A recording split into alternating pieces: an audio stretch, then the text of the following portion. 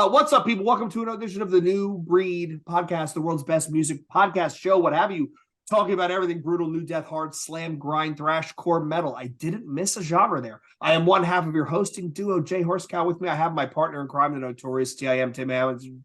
Tim Anderson Jr., how's it going? Good. All right, here we go. Can you tell Jay has had way too much fucking Mountain Dew today? All right, and joining us this week, we have a special guest to talk about a band that I'm hoping some of you have heard about. Maybe some of you haven't. And we're going to talk about all sorts of music stuff. Author, musician, Brian Paone. Brian, thank you for joining. Hey, thank you for having me.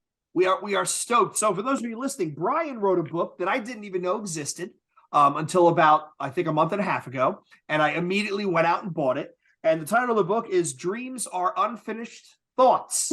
My Memoirs of David Riley by Brian Paone. So this is a story about Brian's I guess relationship, right, with David Riley, friendship. On Amazon, someone reviewed it as a broship. So okay, that's a good term. I got to remember that. His broship with the lead singer of a band which sadly has kind of fallen beside the wayside in the annals of history. God Lives Underwater. So, Brian, I guess I'll start off with this may be a loaded question to ask someone like you, but if you had to describe God Lives Underwater to our audience who has no idea what they sound like, how would you do it? I would say I would say Depeche Mode with metal guitars, or I would even go as far as saying Stabbing Westward with more keyboards. It's like they walk a fine line, you know. It's hard to pinpoint them. And their keyboard sound, most of them were built from the ground up. They weren't pre-factory, presets. When you buy a Korg and it comes with 390 sounds and find the one that you like, right? You use it. And in God Lives Underwater, they like constructed their own sound banks. So the sounds, their keyboard, the synth and the keyboards in their songs, you're not going to hear in any other band because they built those, and that's what I think was setting them apart. So doesn't that come up at one point in the book, Brian, where you're having a conversation where you talk with David, where he talks about how there was a keyboard used for one of the songs that it falls out of the trailer. Yeah, it's basically lost to the sand. Now that song is lost to the sands of time. Forever. So the second album, Empty, has a song on it called Tortoise, and they called it the Tortoise keyboard because it was the only piece in the world that created that sound. And they were unpacking before a show for a load-in, and I don't know which member of the band, but it slipped out of the back of the trailer and hit the roadway and shattered into like a million pieces. And they stood there and were like, well, there goes playing that song live ever again. I mean, they could, right? I mean, you can. There's workarounds, but they were like, well, that's the only piece in the world that holds the banks to that song, and it's over. So, what were they stored on back then? Like a actual floppy, or?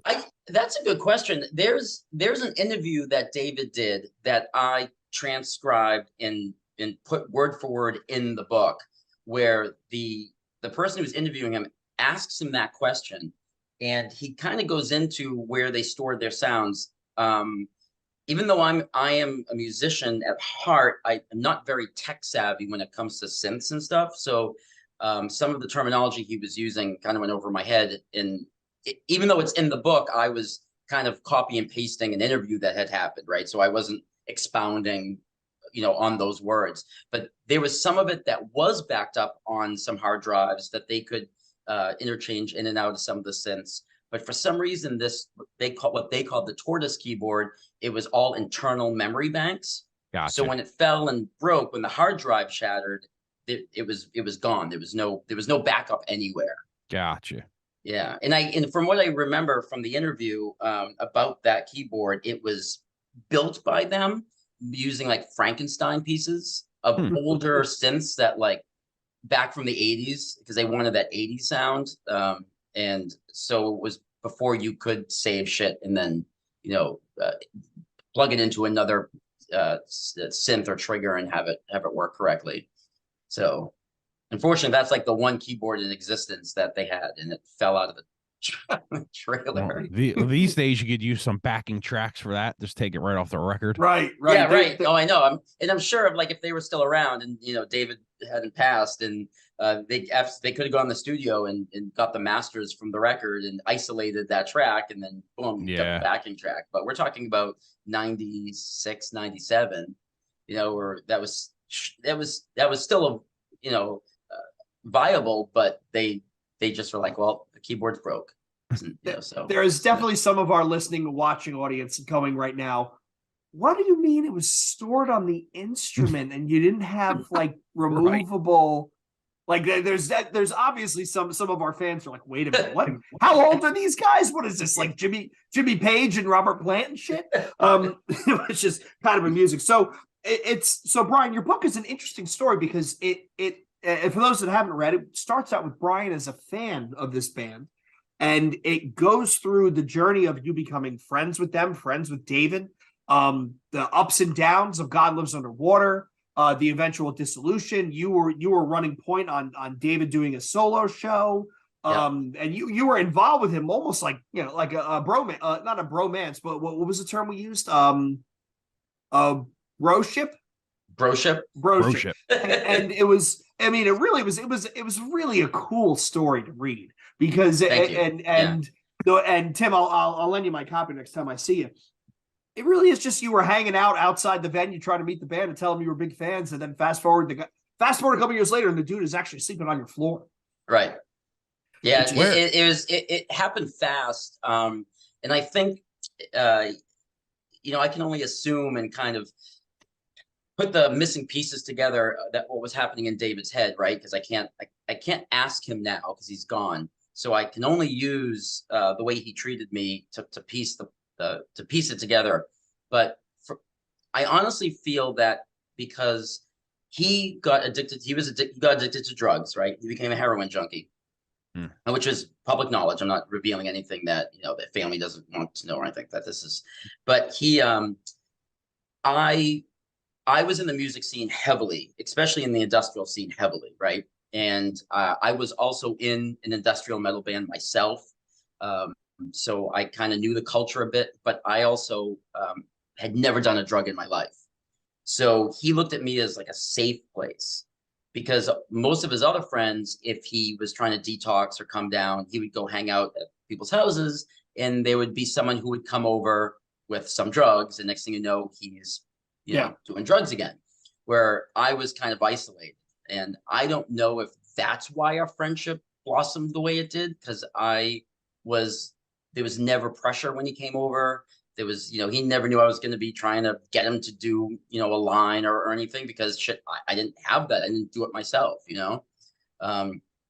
So I don't know if I'd like to think that I got so far deep into being close to him on a personal level because he saw me as non-threatening, again, I'm only assuming. I don't know. Right. This is the things I'd like. This helps me sleep at night if I think that I was and his family too, right? So I don't want to take anything away from Gretchen and his parents because they all did right by him also. But sometimes I think it's hard to admit your faults to your family, right? Yeah. So he would come to me, and say, "Hey, I'm struggling. I need a place to crash. Can and I would buy him a train ticket to come sleep on my floor so he could detox because he could. It was a safe place to be. He wasn't going to be around the junk. So right, right. Brian, where are you from? I am from. I was born in Salem, Massachusetts, but I was born and raised in Lynn, Massachusetts. Okay. Which is the city next door. So, but I tell people Salem if you don't actually know the area. How did you meet him, David? Because isn't he's from not far from where I am. Yeah, right? Perkiomanville, right? Yeah. He's from Ambler, Pennsylvania. Yeah, okay. So I met him because the radio station, a Boston radio station, WBCN, was having a contest. Their call numbers are 104.1 or were. I don't even know if they're still in existence anymore, but they were 104.1 FM in Boston. So they were giving away 104 free tickets to a show at the Paradise Rock Club in Boston. And they were only allowing 104 people in. That was it. And the place holds, I could be off in my math because you could obviously Google it, but I think the Paradise holds up to like 800 people, but they were only letting 104 in. It was going to be a super intimate night. And it was God Lives Underwater. And they were on American Records at the time. Only their EP was out only their debut EP was out at the time. So Empty, which is the album that kind of, put them on the industrial map, hadn't even been released yet. So I think American Records, Rick Rubin produced the first 2 albums. And I think American Records were trying to create a buzz because 9 Inch Nails were exploding or had just exploded, right? Because this is 95. So we had Ministry was already kind of at the top of the game. And God Lives really was kind of fitting in that niche. They were kind of like 9 Inch Nails, but not as angry, right? So they were, but you definitely, God Lives definitely could have toured with 9 Inch Nails, and it would have made sense. Like nobody would have been like, "Who the hell are these guys?" I mean, it would have made sense. So I think they had under 4 things, and I was hanging out with my buddy, and they made the announcement on the radio, "Hey, 104 tickets only to tonight or tomorrow night show." I'd have to go back and look at the book to remember, but from God Lives Underwater, and I'd never heard of them, and neither had my friend Dave, and we were swimming in this pool, and they played No More Love, song No More Love, which is on the EP, which also then was in the Johnny Mnemonic soundtrack. So a lot of people, that was the gateway to God Lives, was the Johnny Mnemonic soundtrack, which No More Love was on, but it was also on the EP. So they played No More Love, and I remember it, like we were like 20 seconds into the song, into the opening synth riff, and I was like, "Oh my God. Oh my God." And then David started singing, and then the guitars kicked in. And I was just like, "Holy shit, these guys are like 9 Inch Nails." Like, because at the time, you're a teenager, and 9 Inch Nails, Downward Spiral had just come out. So you're all like, 9 Inch Nails are God, if you're into that, like if that's what you're doing, right? So I was like, "Oh my God, these are like 9 Inch Nails," and and they're coming, and 104 tickets. So I called in, and we won the tickets. We were 2 of the 104 people that got to go to the show. I was the whatever caller I was supposed to be. But we didn't have a copy of the EP. So we went like searching record stores in the area that might have a copy. And we found like 1 copy on a shelf of some random like used record store place. And me and my buddy bought the copy, and we OD'd on it for like the next 24 hours. So we would know every single song. The EP is only 6 tracks, right? It's like 24 minutes long, but I must have listened to that, 1,000 times, because I was determined to like know every word. And I saw a picture of what they looked like, and we got to the show early, and we were the first ones at the door. So the show was at the Paradise, and we were the only ones there. Nobody had lined up yet. We were 2 idiots, 16-year-olds or whatever, just, standing there like, "Oh, well, we, like, this is uncool. Like, we're totally not fashionably late for this party." But they had just finished their sound check, and the door opens, and they walked out together, the 4 of them. And I only recognized David because of his nose ring. He had one of those like really thick, like nose rings. I described it like that a bull would have in like cartoons. And it was the only reason why I recognized him. And I ran up to him, and I was like, "Hey, are you David from God Lives Underwater?" And he was like, "Yeah, man." He's like super happy that like somebody recognized their first 4. They only get an EP that's only sold in like 1% of stores. Johnny Mnemonic hadn't come out yet, so like that hadn't exploded.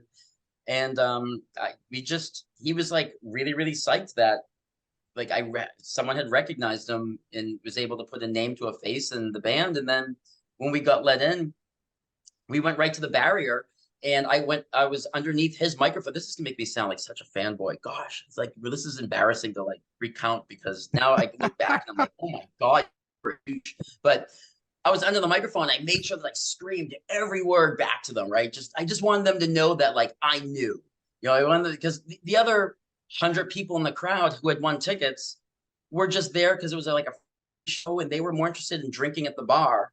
So the show was really fucked up, because there was like all these people like hanging out the bar and talking, and then there's me and my buddy jumping up and down, pumping our fists and singing every word. So it was like, we're like, why isn't everybody else like super psyched too, right? And when they were done, Dave looks down at me and he's like, does one of these, like, come on. And we were like, what, us? What are we doing? You know, I mean, I'd never been backstage at a show before. In the book, I joke that I thought the backstage was going to be like a Motley Crue backstage. I thought there was going to be strippers on poles. I thought there was going to be, people doing line off people's boobs. I was like, oh my God, we're going backstage at a rock show.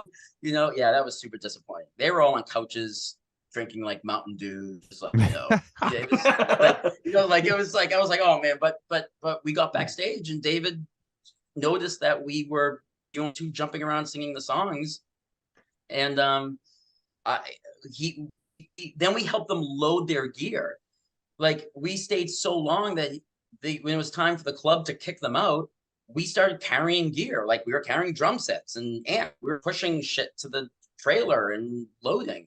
And he said to me, hey, just keep an eye out. Because this is before the internet, right? This is 95. So no bands in town. No way to Polestar. There's no way to like follow a band to see when they're coming. Yeah. You had to just find it through natural means. So he's like, hey, next time we come through, make sure you find me or whatever. And I was like, okay, cool. And they came through again, opening for shit, I forget who they. Oh my God, I have to go back and look. But they came through as the opener for a way bigger industrial band at the time. Like it was either KMFDM. I think it was KMFDM. So they were the opener for KMFDM. And I was nervous that you would remember me. I wouldn't get in. The show was sold out. I was like, oh shit, this isn't going to go the way I wanted to. But nope, David like immediately recognized me outside and like snuck me in the club. And we just never, that kind of started, like the fact that like I was his Boston. I was the one he had, so. And it's awesome. It's awesome. And he seemed like, I mean, the fact that he remembered, right? Because like right. before we started recording, Tim, we were talking about Brian does all sorts of writers workshops where he has a DeLorean he brings with him, and he'll sit in the DeLorean and take pictures of people. And I asked him, who was one of the people you've met that was like totally random, and he was talking about how Barry Bostwick was the coolest dude. He just came over and started chatting, and it was like two dudes sitting at a bar. And that just, when I read the book, that's how it sounded like you and David's friendship started, where it was like, yeah, we were just kind of two guys who shared some of the interests. And whenever he came through town, we'd hang out and, get a proverbial beer together. And it was just, it seems so awesome. And I think you're right, Brian, not to project, but I think probably one of the reasons that he probably enjoyed hanging out with you is you didn't have an ulterior motive. You were a fan of the shit that he was doing and you were just geeked out, hanging out, talking about that. Yeah, and something else is I did sometimes imposter syndrome. So mm-hmm. I don't really admit that in the book, but I did go through that a while because I said, I'm so much younger than him. Why would he want to hang out with me? Like I'm not, I mean he did dabble in drugs. I didn't do drugs. My band was still considered, the girl band on the street. Yeah, we played some local clubs, but we weren't, I wasn't signed to any major label. So I started I did go through a phase where I was like, why? Like, why does he care? Like, why does he want to hang out with me? Why does he search me out at shows to make sure I'm okay or I'm in the crowd or get me up on stage to watch the show side stage? That was something that I wrestled with. Like, what did I bring to the table? Mm-hmm. What was my benefit? What was he getting out of being friends with me? I know what I was getting out of it. I was getting out of the fact that I was becoming friends with, the singer, now one of my top 5 favorite bands in the history of music, because I became such a fan so fast that, so for me, that's what I was getting out. I was getting that kind of that high of being a fan and hanging out with, mm-hmm. Somebody that you look up to. But I went through quite a bit of time going like, what does he care about me? Like, and I look back on it now that I'm adult, right? Now I'm 46 years old, not 17 anymore. And now I kind of see that again. I think it went back to the fact that I kind of represented some sort of safe place for him, and I didn't ever freak out. There was no fanboying. I didn't pressure him. I never made him feel uncomfortable. And David always distanced himself from people who made him feel uncomfortable. If he had some sort of sensory overload, you know, that like, oh my God, well, those are the people he would actually go, whoa, whoa, whoa, I don't want to talk to you, you know, and because I think I never approached him that way. There was a sense of, you know, I do. One thing that I say in the book, and I'll just touch on it real quickly, is this is going to make him sound like an asshole, but you have to understand the type of person he was. He actually disliked very much when people would come up to him and tell him what their favorite lyrics were of his and how it like saved them or it helped them through something.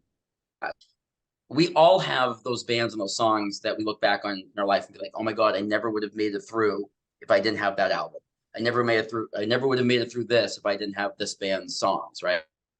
But that put so much pressure on him that he was so socially awkward that when someone would say that to him, you could actually see his demeanor change. He, instead of like embracing that, he kind of had this, no man, I can't, you know, I can't help anybody. I can't even myself. Like, I don't, this is, you're actually adding more stress to my life, telling me that my songs are saving you. Because what if they stop? What, you know, like, I don't think I can live with that. And that's the type of person he was, you know, and I never approached him that way. So he knew he would break that from me. In fact, you know, I got to such a comfortable place with him. Sometimes I call him an asshole, or I'd be like, "Are you a fucking dickhead?" You know, come on, David. You know, so sounds like he might have had some of the imposter syndrome thing going on at that point. Maybe. I think so.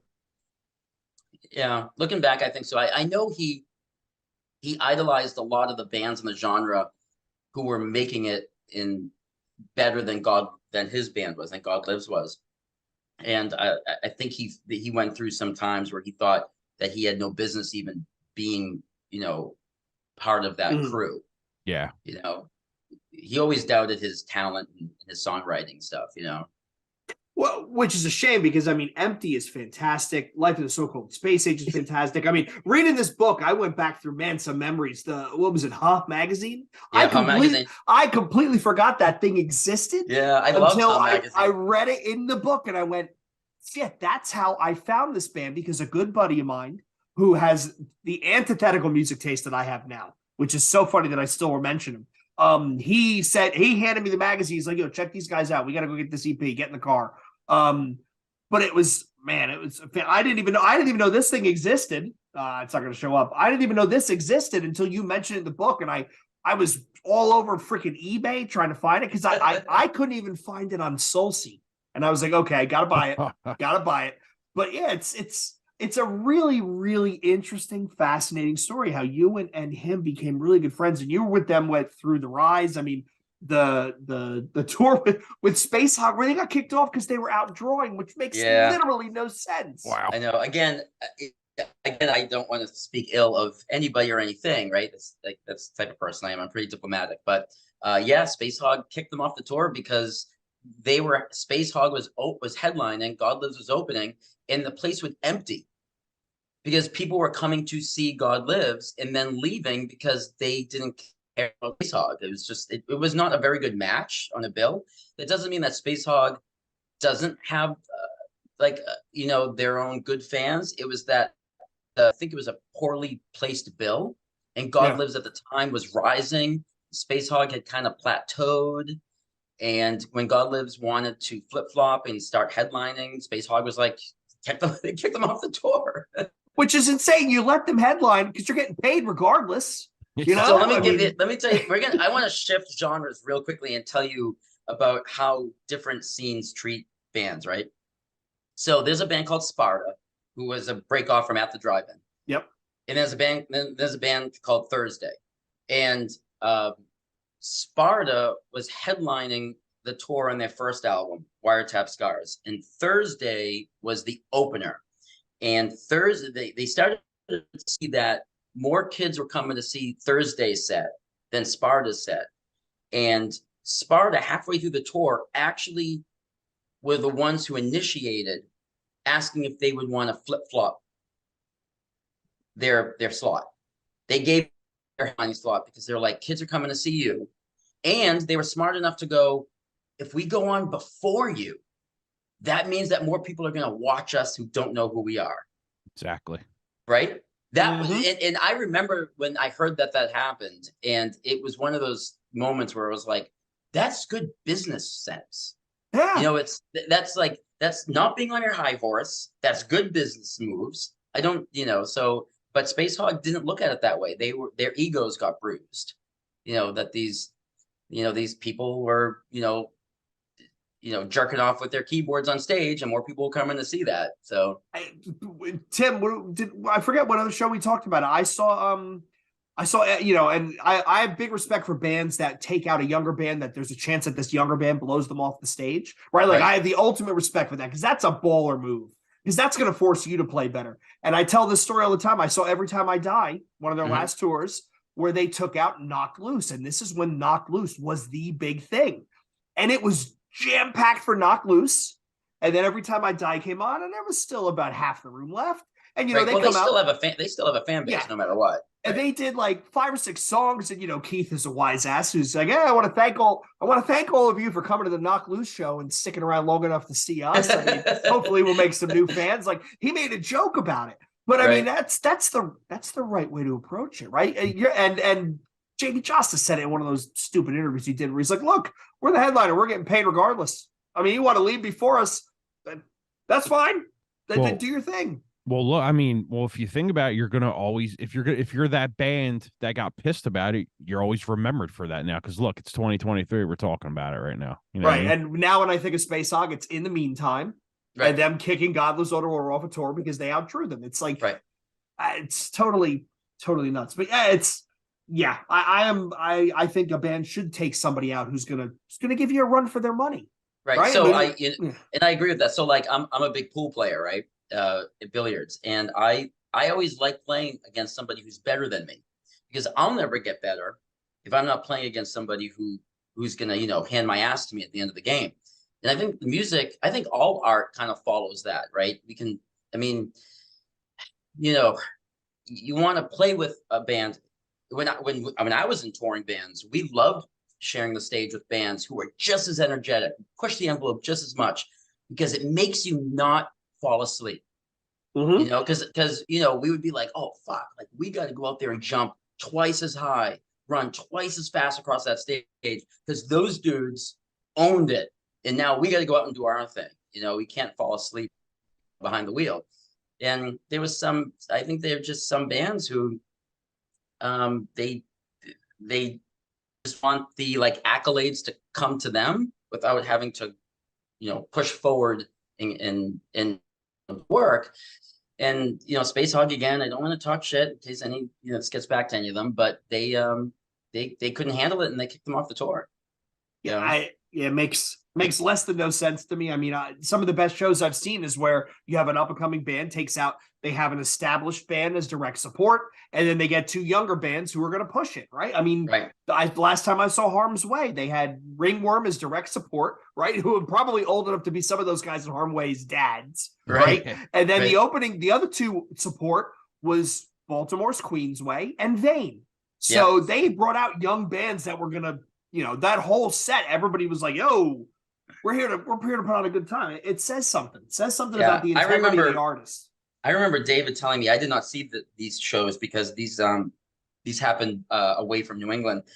But David told me how Korn took God Lives Out, and how in Korn took God Lives Out in '96. So Korn had just released Life is Peachy, I believe. So they hadn't hit the Follow the Leader explosion yet, but they still had that, that fan base was fucking huge, right? With Life is Peachy. And David told me just how amazing those guys were. He was like, yeah, we were like the tech nerds of the tour, with our keyboards. He says, but they treated us like, we were equals. And he said, and he told me the handful of shows, whatever that they opened for Korn, even though the music style was so different and the crowd was kind of different, he said that it was like family. So there's a sense of, we don't care who's selling the records. We don't care whose song is on the radio now. We don't care how many people came through the door to see which band. We're on a tour together. So that means we're brothers on this tour. And so I think that's the attitude. I think, we're in this, it's like a battle, right? We're all going in together. Yeah. And you know, who cares who's sticking around for what band? We're on the same bill. You know, Yep. we're gonna fight for the next city. And David really was a big advocate of getting on tours with bands who had that mentality that we're all in this together. And they played with Slayer, right? They opened for Slayer. They've opened for, so I mean, they were just, God Lives had no airs about them at all. There was no pretentiousness. They were just happy to be on stage playing to even one person who would listen, you know, and that followed them. That followed David even after God Lives broke up after the fourth album in his solo career. I mean, if two people came to see a solo show, he would make sure he came down and bought them a beer and chatted with them because he was so appreciative of anybody who would take money out of their wallet. And, you know, like the Guns N' Roses song where he says, you know, you're stealing money from these hard-earned kids, you know, whatever it is like the Get in the Ring song. Axl Rose kind of goes on this rant in the song Get in the Ring. And I always think about that because like as an artist, you have people who are spending their hard-earned money on your art, right? Like even as an author. So the last thing I want to do is piss anybody off. And that was David's philosophy. Like, I don't care if I play to two people. Those two people are the most important people in the world right now for the next 40 minutes. And, you know, I'm going to play my ass off for them. And so I think that he had a lot of integrity, you know, with that. However, there are some times when the sound man would piss them off and they would take it out on the crowd. There was one show in particular in Boston where they took all the keyboards, put as many loops on them as possible, turned the volume up as high as they could, and walked out to the van because they were, you know, but the show was over. Like the crowd didn't miss any songs. They did the set. They did that to piss off the sound guy because the sound guy kept waiting for them to come back out and like kill the keyboards. And they were like, fuck him. Just let him figure out when he should shut off the speakers. So I mean, I always thought that was funny, but you know, the crowd didn't get any less of a show. And that was more finger towards the sound guy. So Brian and I had a conversation before we actually recorded this episode, just to, you know, give him a little bit of homework. And Brian and I went down the rabbit hole. We actually started talking about a whole bunch of different stuff. And I think I made the remark to Brian that I am convinced that God Lives Underwater is one of those bands that in today's day and age with the internet, right? I think they would have been huge based solely upon the fact that the internet makes it easy for bands that don't, the internet makes it vastly easier for bands that don't exactly fit a particular niche to get their music out there, right? Because I mean, look at the Deftones, right? The Deftones, phenomenal band, right? Every album except for, what's the one you hate, Tim? Gore? Is that the one that everybody hates? Yeah. But they built a fan base from doing different stuff. And when people say, what do the Deftones sound like? You're kind of like, the Deftones. Like, you know, like God Lives Underwater is the same thing where that's why I asked you, Brian, and you were kind of like, well, maybe it's this and maybe it's that, because they had a very unique sound. And nowadays that would have probably helped them see through the massive amount of music that comes out at a weekly clip. It's you can't even keep up.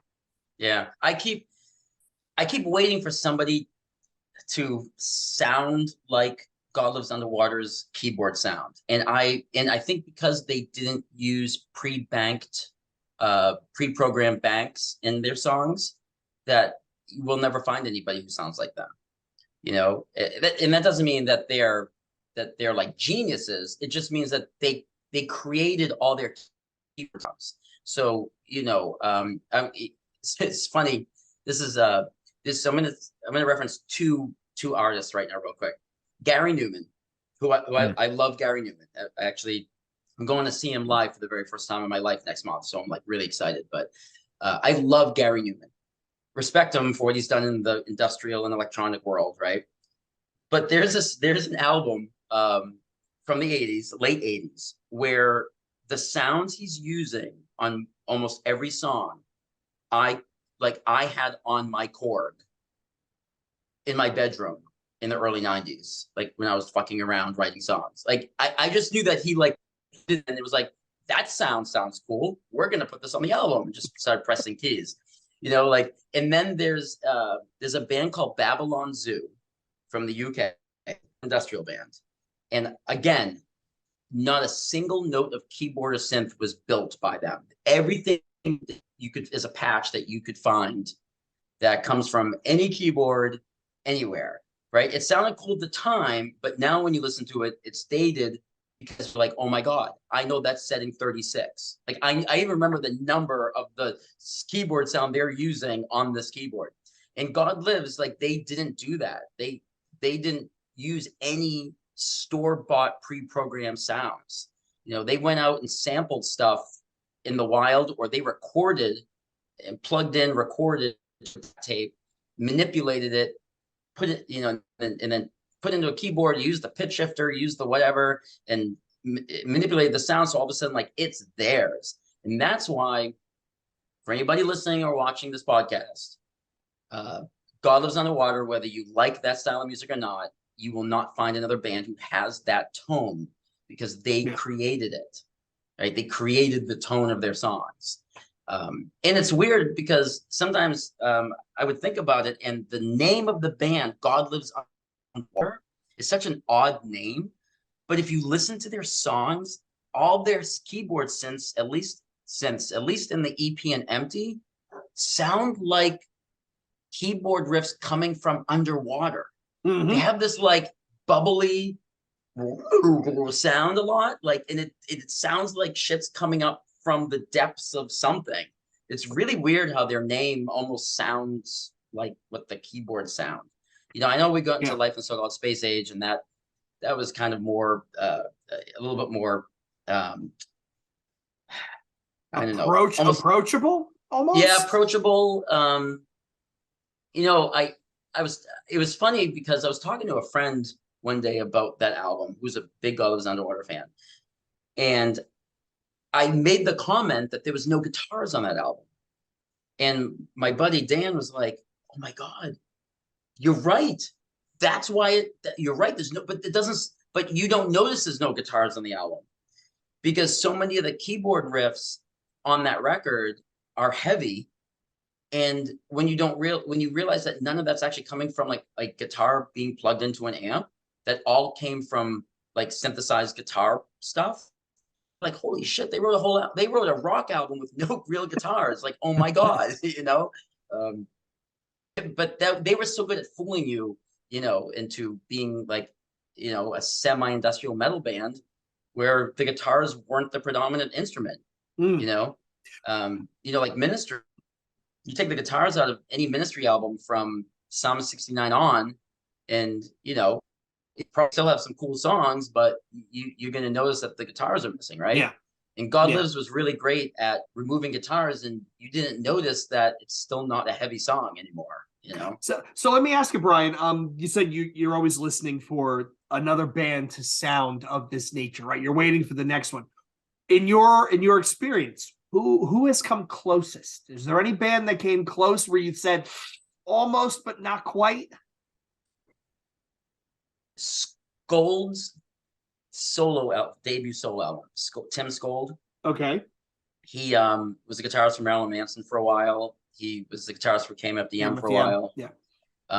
Tim Skold's self-titled debut album, I truly believe could be put up against a God Lives album, and it would work. Like it was, I mean, he's got a little bit more attitude in his guitar playing. He's a little more he got more punk style in there. But I feel like his album could be a God Lives record. Now, I'm going to go so off the grid here with this, and this is going to sound crazy, and you might have to live in my head to understand where I'm coming. But I don't know if you ever heard of a band called Stanford Prison Experiment. Yep. Their first album, The Gato Hunch, which has Cansado on it, which is like the song that, like, right?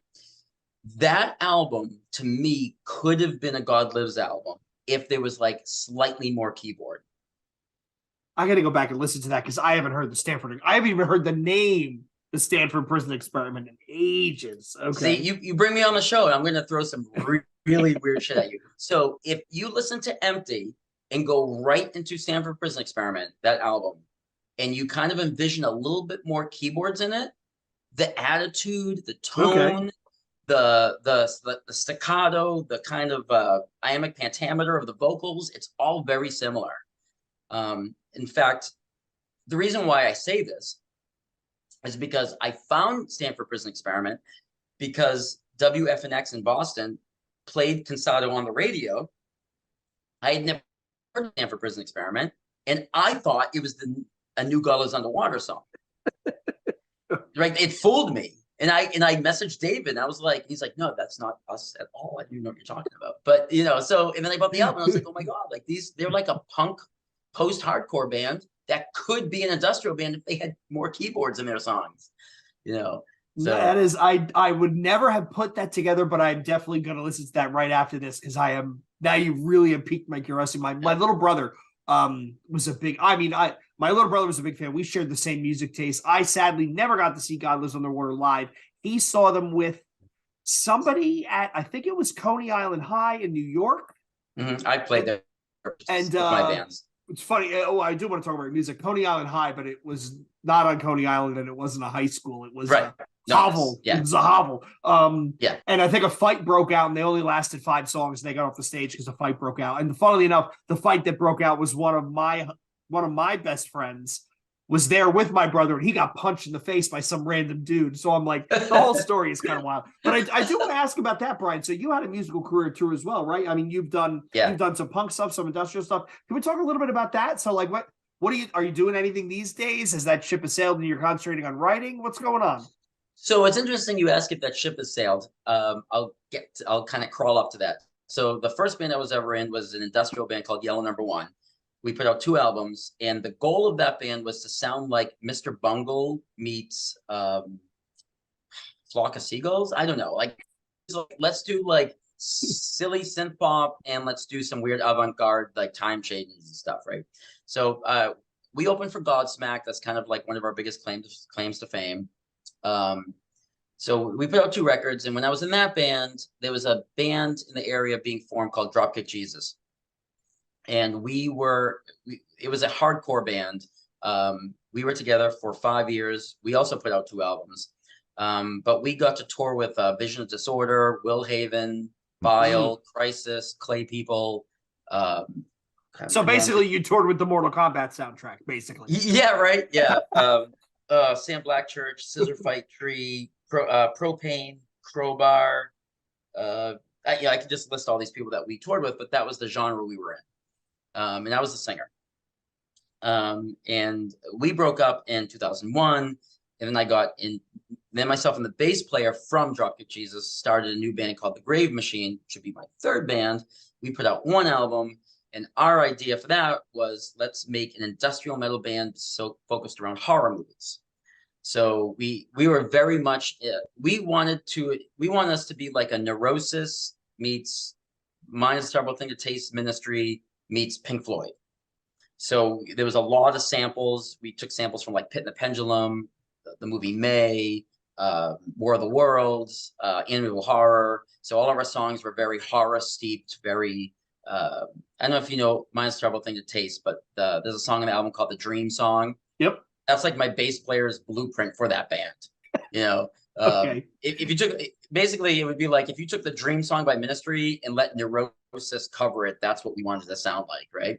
What a mental picture. Yeah, so that was our album. That was our band. And the only reason why we broke up was because my band, The Grave Machine, actually opened for a band called Coven of 13 in New Hampshire. They were a goth metal band. We were on tour. We had New Hampshire, then New York next. But I wound up marrying the singer of Coven of 13. And I had never seen her before in my life, before that show. We were on stage doing our sound check because we were the openers. Coven of 13 had a little bit bigger draw in New Hampshire than Grave Machine did. So the club as the headliners. It was a Halloween show. And so I joke and I say that it was love at first sound check because, I was on stage doing our line check because we were the opening act. And I remember my now wife, walking through the side door with, and I was like, oh my God, she's so cute. Who's that? Oh, it's the singer of the band. And of course, the singer of a like goth metal band who's a female, of course, attracts all guys, and I remember the show You know, it was like all the guys were oogling over her. And, you know, I made a joke to my guitarist. I said, hey, I'm going to marry her. You know, I was like kidding, kind of. And then I actually wound up marrying her, and we have 4 kids now, and we've been together almost 20 years. But regardless, but the reason why Grave Machine broke up was because my wife joined the Navy. So she got stationed down in Jacksonville, Florida. So unfortunately, you know, when you're married to the military, you have to move. And you know, my wife more to me than the band. And the bass player from the Grave Machine and Dropkick Jesus, he's still my best friend. Even though I moved, you know, we had to work it out in our own way, but you know, I would take a bullet for that guy. So, you know, there was no love loss, the fact that I kind of walked away from our career. But when I moved to down to Florida, when she got stationed in Jacksonville, I started a new band called Transpose. And we wound up being together for years. And we put out 2 albums, and we opened for, we played with Mushroom Head. We played with, you know, so again, here I'm in another new band, and we're getting billed on all these other, like, you know, names. Transpose has never officially broken up. And this goes back to, like, you know, has the ship sailed? Our last tour was in 2013. So it's been 10 years this year that we've played together, done anything. However, oddly enough, the fact that we're talking about this, I've been in discussions with my bass player from Transpose that we are looking at possibly doing a small East Coast tour in February of 2024.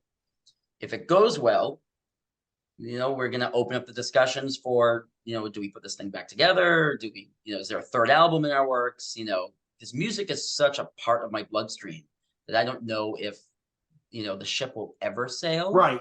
You know, it could be years and years, but does the ship ever, is it just a ghost ship kind of circling the harbor waiting to get back on it? It reconstitutes in different, you know, it's like an orbit, right? It's going to come closer and go further away. Well, if you guys do tour, if you're coming through Philly, please give us an advance notice. Tim and I will definitely we'll leave the house. Yeah, that would be great. But my, you know, my author career really took off. I did not expect it to, but it did. And like, I have 8 published novels now. Wow. My 9th book is coming out later this year, which is going to be my very first collection of short stories, because I've only written novels up until now. So, and I tour back in the music world, but I do conventions, I do book festivals, I do writers conferences. I get hired to speak in front of up and coming authors who want to learn about the craft. So, you know, I get hired to be the guest speaker at conventions. I'm featured guests at a lot of the book festivals and conventions. And the writing thing, it's funny because I've said this to David's sister Gretchen a couple of times.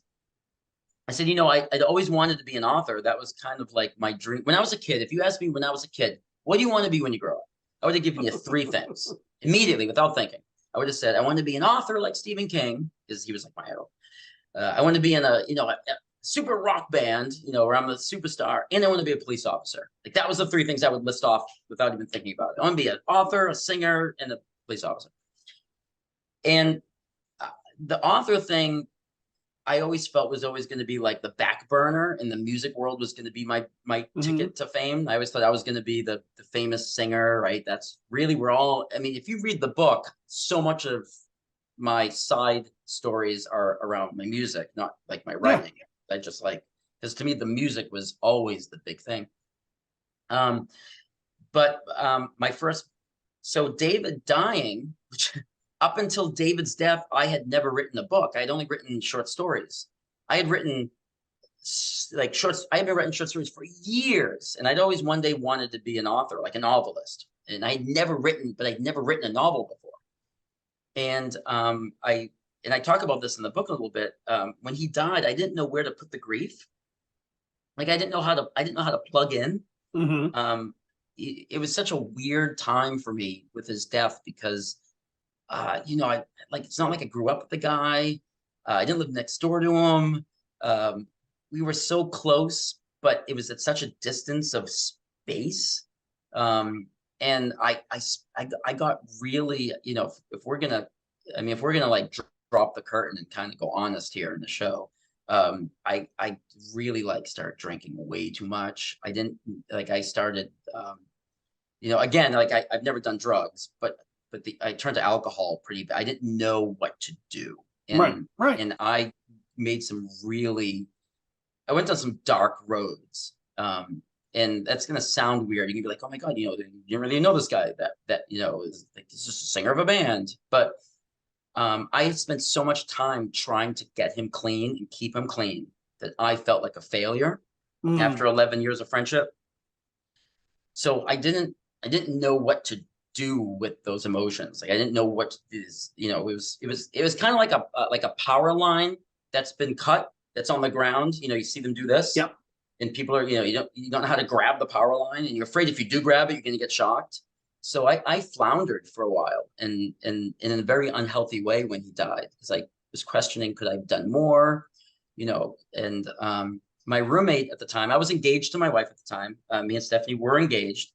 We were not living together, but I did have a roommate, and I kind of like just like broke down and was like, I don't know what the fuck to do with like how I'm feeling about this. It's been months, and I'm not like, why am I not over this guy's death?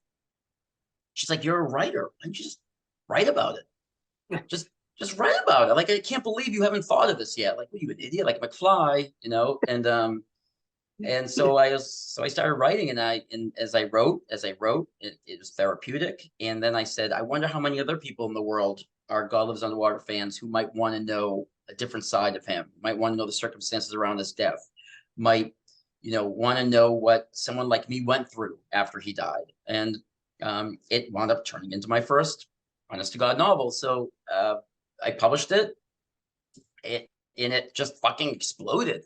We were back in the MySpace days. You know, I sold like 2,000 copies of this book out of the gun, and just through MySpace advertising. You know, there was no such thing as like self-publishing on Amazon yet or anything like this. Yeah. You know, it's just the fans around the world got wind that a book had been written about God Lives in David, and they came to me. So, you know, and then my second book came out in 2010, Welcome to Parkview, which is a horror novel, but that was my first like fiction novel. So my wife was like, you know, God, this may have kickstarted your career. And so I used to joke with his sister. I said, you know, this is going to sound terrible, and don't take this the wrong way, but David's death, you know, may have kickstarted my writing career. Yeah. You know, and I'm the utmost respect and love for the man, right? That sounds terrible on paper. Like if I wrote that on paper, I would hate that, you know, that I wrote that. But I truly feel that like David's death is why like I am where I am as an author today. Because I don't think I ever would have written the first book, you know, that taught me that I can write a book. And so, you know, I'd like to think that, I don't know, he's, yeah, it's almost like a cosmic gift, right? Him leaving you, he gave back all the support you gave him with. I mean, I don't know, man. The world works in kind of mysterious ways. You kind of just gotta go with it and see. But I mean, and I remember when I found out that he passed. I remember being heartbroken, but also heartbroken because it seemed like something so simple, right? It was an abscess, right? That he had a tooth infection and his heart couldn't take it. Like that's one of those things where I mean, to go out with an overdose is one thing, but to go out with something so mundane that could get any the tragedy of it is it really was like heartbreaking. Like really, well, the worst part was that he was clean and working as a counselor at a local like meth clinic to help junkies get clean. The guy finally fucking turned his life around, and the universe is like, nope, boop, you're gone. That's what, and I think maybe that is another reason why I walked around like a zombie, not knowing what to do with my grief. Because like, you gotta be fucking kidding me. Mm-hmm. Like we've done so much to get this guy where he is, and a stupid tooth infection is gonna kill him. Yeah. You know, it was one of those really, like this has got to be a joke. You know, like you know, you're waiting for the punchline. You know, like I'm a huge football fan. I'm a NFL fanatic. And whenever like the team that's like playing against my team, the Patriots, like they score a touchdown, I always wait for the flag. Because I'm always like, no, that can't be true. Nope, And that's how I felt about David's death. I was like, where's the flag? Like, where's the penalty? Like this is getting called back. Like we're gonna do the play over again because this did not happen. And it did, and it's crazy that it happened that way. Brian, you didn't talk about this in the book, but have you heard from any of the other guys in the band? Like, are they? Oh yeah. Like, has there ever been any talk of like maybe we should do a tribute or something? Like, no, but so I will take this opportunity to plug. So Andrew, the guitarist of God Lives Underwater, is in a band with the bass player from Rancid and the drummer from Jello Biafra's band. They're called Charger. They're they're kind of like they're like a Motorhead. They're like a modern day Motorhead, and so they call Charger. They have 2 albums out, and I had not seen Andrew since the last time I saw God Lives Underwater live, at the end of the Life in the So-Called Space Age cycle, which was '98. And so now he's in the band with it's the singer from Rancid. Why can't I remember his name? Tim Armstrong, right? Yes, Tim. Yeah. It's Tim. Thank you. So it's Drew from God Lives, Tim from Rancid, and the drummer from Jello Biafra, and in this band called Charger. And they were playing in San Francisco, and we were living in Monterey at the time. And Drew sent me a message, and he's like, "Hey man, Brian," he's like, Charger's playing in San Fran, come on down. It's like, it's been fucking like how many years? Like 25, 30 years, right? So I took my 2 teenagers. My daughter, Annalise, her middle name is Riley, after David, and spelled the same way, which is Reilly, not like the cutesy girl name Riley, So Annalise's middle name is actually David's last name, and my wife's due date with Annalise was David's death date, which is fucked up.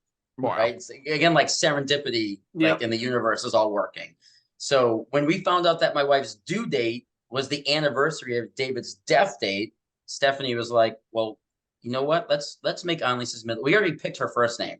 She's like, "Let's make her middle name after David." So that's why Annalise has Riley as her middle name. Anyway, so Drew reached out to me and is like, "Hey, we're playing San Francisco. I know your 2 oldest are old enough to go to like punk shows. Bring them out." So I brought Annalise and Everett. We had backstage passes. I mean, we walked through that place like we owned it, right? And this Tim from Rancid, and if you're a Rancid fan, like that's kind of a big deal, right? Yeah. Like, I'm not a Rancid fan, not because I don't like them, but it's just not like they never hit that bone with me. But I completely like respect and understand like how important they are in what they've done. So I'm not down talking. It's just me. But they come out, and Drew, when he saw me, because it'd been since '98 when Life on the So-Called Space Age tour, he gave me this hug, and I almost felt him. It was like happiness and almost this like almost like he was holding back crying, seeing me, because I'd been there for so much of God Lives shows and through their time. Like I represented David a little bit. Like, of course, not only did he knew I wrote the book, he had a copy of the book. He had read the book. So I think I was representing David for the first time to him. And he held me like a little bit longer than I think a normal hug would be. And there was this like silent moment we had. And so then when they went to hit the stage, they were the headliners and they sold the place out. Like they're like, I'm telling you right now, I hope you write that down. Check out Charger. Yep. Because if you like Motorhead, like that like style of metal, they're perfecting it. It is like Motorhead of like a modern day Motorhead. They're amazing. But the show was sold out. So Drew, in like old God Lives fashion, like invited me to like kind of stand up, not necessarily side stage, but like a step or 2 up the steps to the stage. So we were away from like the craziness, because people were packed like sardines in there for them. Well, Tim from Rancid looks down, sees my 2 kids, Annalise and Everett, kind of on the steps, and he's like, "No." And Tim brought them up to stand next to him for the whole show. That's so, like, awesome. Annalise and Everett just stood next to Tim from Rancid, for the I mean it's a Charger show, but they stood next to him, and then when the show was over, he gave them both picks from that he had played during the show. And then we all like went out back and like ate together. Like we went backstage and just That's awesome. it was like so yeah. So Drew, that's my experiences with Drew, and I keep in touch with him actually. To be honest with you, like he's such a good guy, and Charger is so amazing. And I'm not just saying that because I like Drew and he was the guitarist that God Lives Underwater. Like if they're just so fucking good. Adam, the drummer from God Lives, he has kind of comes in and out of local bands. Every once in a blue moon, I'll get a message from him, like out of the blue. I'll get an email. It's nothing specific, but he tries to keep in touch, which is kind of nice. Jeff Turzo. I've been friends with him on Facebook since 2008, but he has really, really put a big long arm between himself and David and God Lives. And all that. He had a real hard time with David's death. He had a real hard time with David's addiction. There's a lot of internal stuff he's, I think, still trying to work out. I do not impede on that man's personal space. I do not impede on his emotions. I do not reach out to him. We have not talked. We do this passive friendship where we like each other's stuff on Facebook. But I have not spoken to him because I'm respecting the fact I think he wants some space, and just knowing that we every once in a while like each other's posts is enough for me. But me and Jeff have had absolutely no communication since the band broke up. Yeah. Well, I mean, everybody deals with things different ways, I mean, it is to each their own. So I have one more question for you, Brian, because I want to be cognizant of your time. So we started off this conversation talking about how God Lives Underwater is one of these bands that may or may not kind of get lost through the sands of time. What are some, if you like God Lives Underwater, even if our audience has never heard God Lives Underwater, what are some other bands from that era that you think people should pay attention to? Maybe they never got their moment in the sun. Maybe they shouldn't be forgotten because they really were do something that was either ahead of their time or really truly unique. What are some of the things that you would pull out of your record collection and say, okay, you got to listen to this, you got to listen to that? I would say there's a band called The Hunger from Texas. Okay. Their big album was Devil Thumbs a Ride. An industrial band that I think was way, way better, but they got lost in the second, third generation wave of industrial metal bands when it was kind of becoming not cool. The tide was turning. But man, they are just amazing. Machines of Love and Grace, again, is a band I think people know because of the Crow soundtrack. But their talent is way beyond that, what they have on the Crow soundtrack. So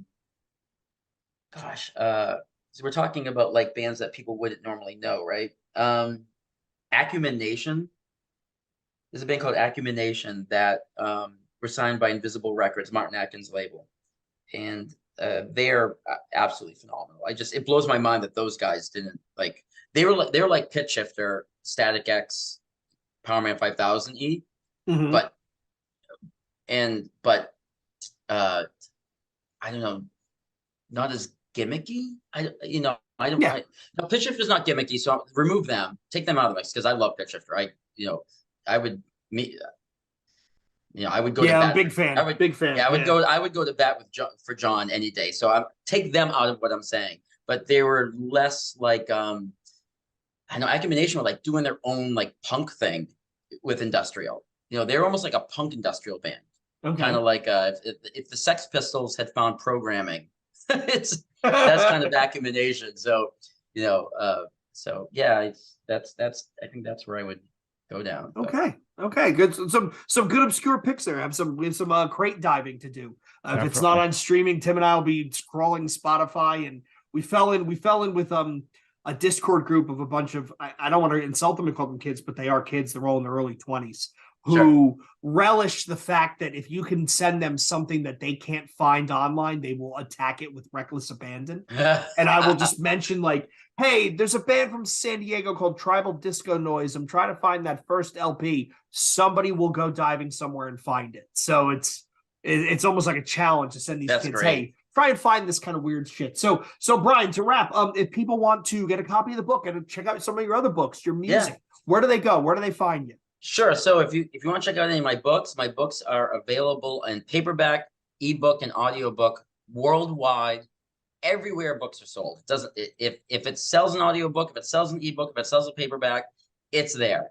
And online. So we're talking about Walmart, Target, Barnes and Nobles, Amazon, Audible, iTunes, Books A Million. I am everywhere with all of my novels. They are everywhere. However, if you want any of my music, so any what I consider my 4 bands: Yellow Number 1, Dropkick Jesus, Grave Machine, and Transpose, all on Spotify, iTunes, YouTube. But here's the caveat: if you go to my website, which is brianpaone.com, it's my name.com, BrianPaone, all of my books and all of my music has been centralized, streamlined right to that site. All of my music is free. It's all of 4 of my bands, all the albums we ever released, you can download right from my site for free. And all of my books are there also as paperbacks. If you buy a paperback from my website, I sign it, which is the only place you can get a signed copy. And you can also download an ebook and the audiobook for way cheaper than any other store. My audiobooks are $6.99 on my website. Audible is charging $24.99 for the same audiobook. Wow. So I'm on Audible because as an author, that's my livelihood. But I'm also going, fuck you. I'm gonna do $6.99 on my own website. So that's how we rock and roll. Oh, awesome. Awesome. So, I mean, on behalf of Tim, myself, Brian, we want to thank you for coming on. This has been a fantastic conversation. Hopefully the start of many, many more. So I want to thank you for coming on. I want to thank all of our listeners, watchers for tuning in, watching and listening once again. NewBreed_podcast, both Twitter and Instagram, newbreedpodcast@gmail.com for all your complaints, questions, comments, or concerns. And lastly, find us on our Facebook group. The meme game on our new metal Facebook group is getting pretty good. There's definitely been an uptick in quality Limp Bizkit memes. I will leave it at that. Is it because of the way he looks? Yeah. I mean, yeah. And that the interview he just did with Bill Maher, which was really kind of a really, really fascinating insight into how he thinks. Never would have thought I'd be sitting through listening to Bill Maher conversation. But anyway, so we want to thank everybody for tuning in, listening, watching. And until next time, this is the New Breed Podcast saying cheers. See ya. Thank you.